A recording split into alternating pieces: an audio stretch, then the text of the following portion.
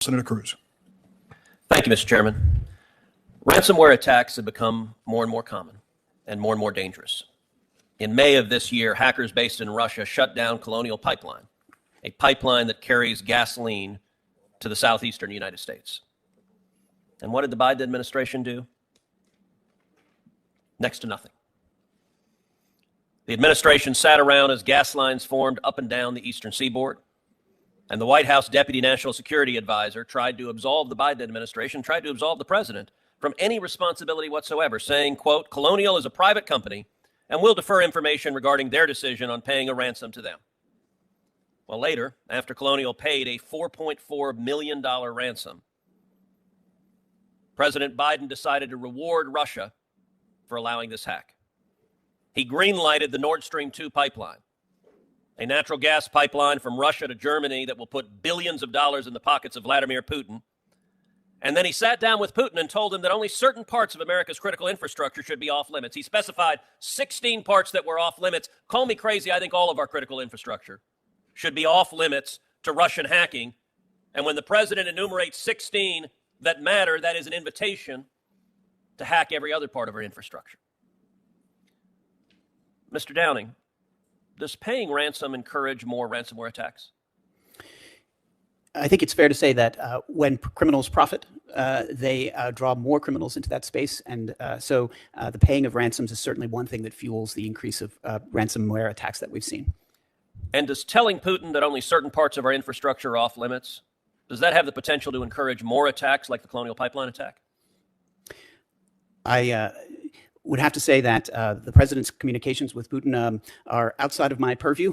However, I can assure you that we are continuing to press for results, and we are not waiting around from a law enforcement perspective to see what would happen there. We are pursuing the cases and the investigations and the activities that we would in order to do the very best that we can to drive deterrence and to arrest and disrupt these operations. Mr. Goldstein, is attacking a pipeline a new concept, or have we seen this before? Senator, the attack on Colonial Pipeline is the first incident that we have certainly seen in this country of an intrusion causing a disruption to pipeline infrastructure.